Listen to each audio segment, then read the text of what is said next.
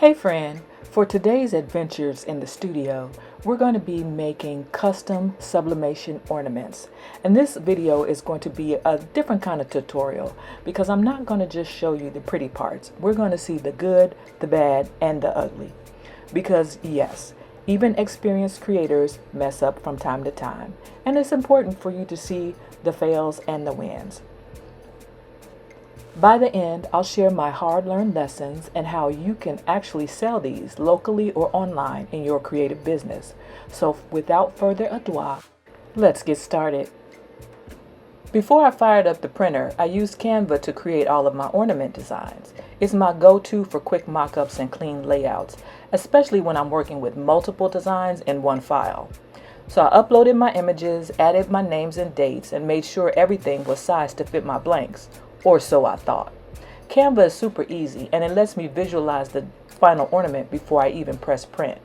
But don't forget, when you're printing for sublimation, always mirror your design so it transfers correctly onto the blank.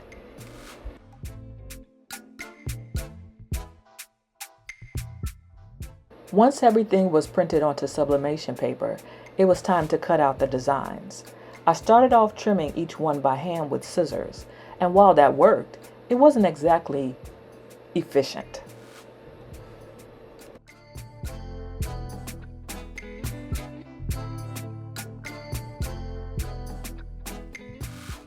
Then I remembered that I had a 3-inch hole punch tucked away in the craft stash, and it made the process so much quicker. Since my designs don't go all the way to the edge, alignment was super simple too.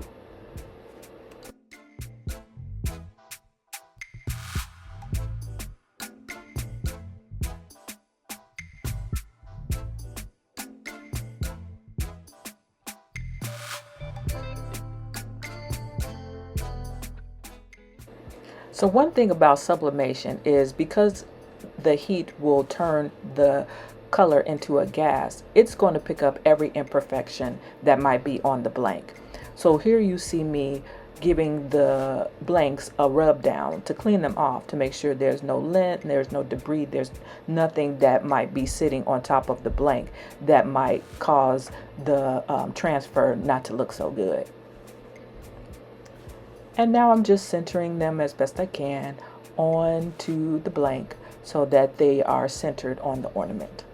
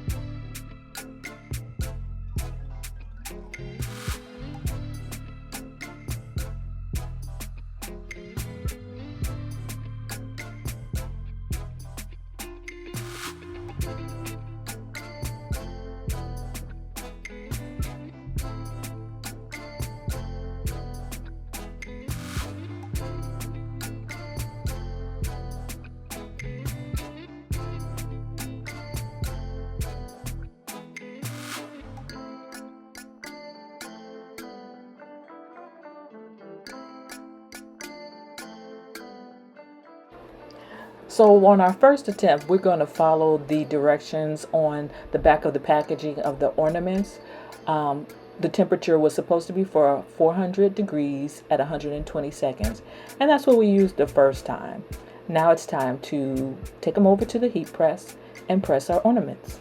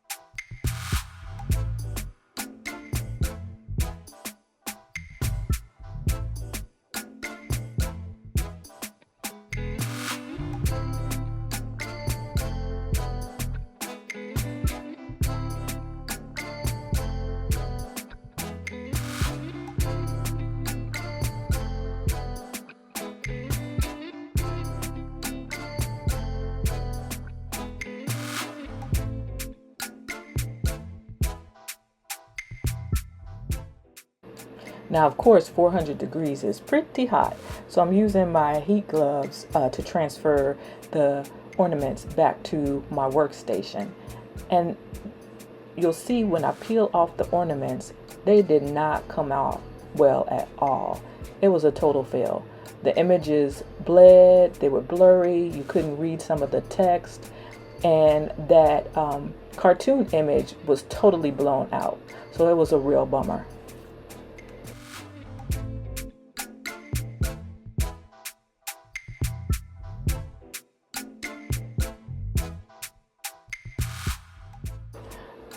Also, the designs were too large too, and I forgot to remove the guideline that I used to make sure my design was centered in the center of the circle. So the gray circle that I used as my guide was on that sublimation paper, and it ended up on my ornament as well, which of course we do not want.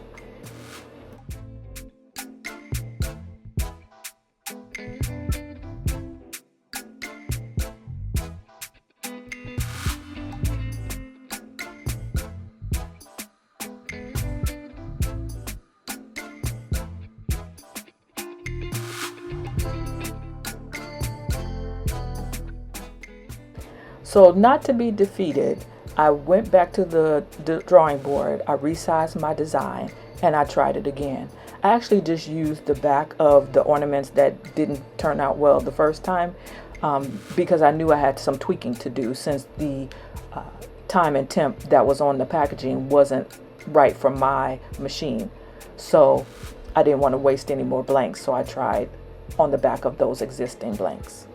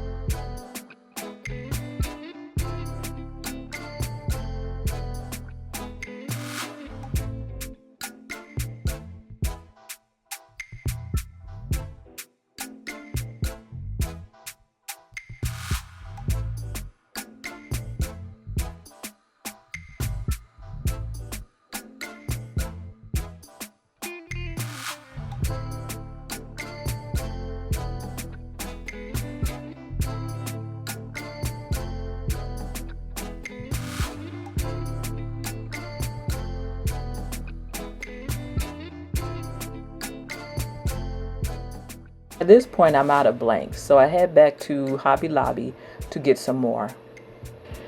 Because I am not yet ready to accept defeat. I am going to figure out the right time and temp for these sublimation ornaments. So you know how they say third time's a charm, right? Well, that's exactly what happened here. The magic started to happen. This last batch delivered. We're talking crisp lines, correctly sized, and vibrant colors. Exactly what I had in mind.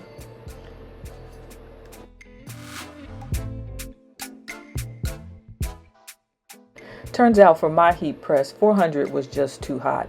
When I took it down a few notches, I actually turned down the temperature to 385, I believe it was, and I did not let it sit on the heat press as long. I reduced the time as well.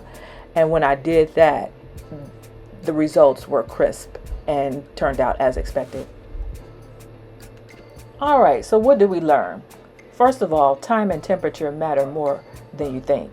Too much heat or too long a dwell makes colors bleed and blur. More is not better when it comes to sublimation. Number 2, always do a test print. Use blanks or expect to use up some of your blanks and try it before committing to your finished product. Number 3, mind your margins and your DPI. If your design is too large, edges get cropped, and images can stretch, keep your resolution high so your design is crisp. And lastly, blank quality is not created equal. Some retail ornaments look sublimation compatible, but they don't hold the ink well, and you'll get variations from blank to blank. So once you find a good vendor or supplier that you like, always stick with them. Now, here on this channel, we're not just about making pretty things. It's about income for creatives. So how would you sell these ornaments? A couple of ideas could be you're having a local market strategy. You could sell to boutique gift shops, holiday pop-up markets, or craft fairs. You could even go to local businesses like veterinarians or your local schools and offer them to them. Maybe as a fundraiser, as an end-of-year holiday gift. You can also do your online strategy. You can list them as customization or personalized items on Etsy on Etsy or Shopify or your own store. Use holiday SEO phrases like 2025 personalized ornament or personalized Christmas ornament or first Christmas baby ornament, etc., etc. Some target audiences that you could hit up are new homeowners, families, pets or memorial items are often very popular. Like I said, small businesses as a branded ornament giveaway or their holiday gift along with their major gift, which is usually like a gift card or end of year bonus or something like that. As far as your marketing, use mock-up visuals and real photos. You can get realistic, lifelike photo mock-ups off of Etsy. Just type in ornament mock-ups and you'll find them. You could offer early bird discounts or reserved holiday orders. And use social proof. Post your finished products, your sample products, to show what you can do.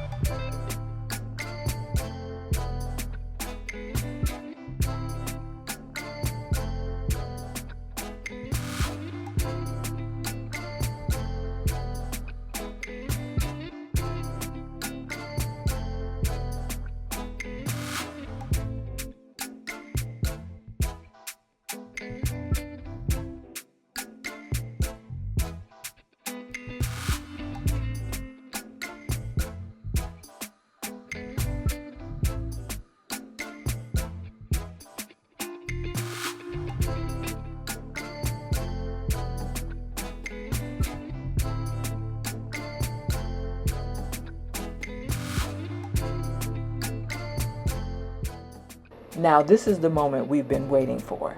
That satisfying peel to reveal a clean, crisp, vibrant design. And after all of that trial and error, this final batch turned out just right. And honestly, that makes it all worth it. So that's it for today. I hope you found this helpful.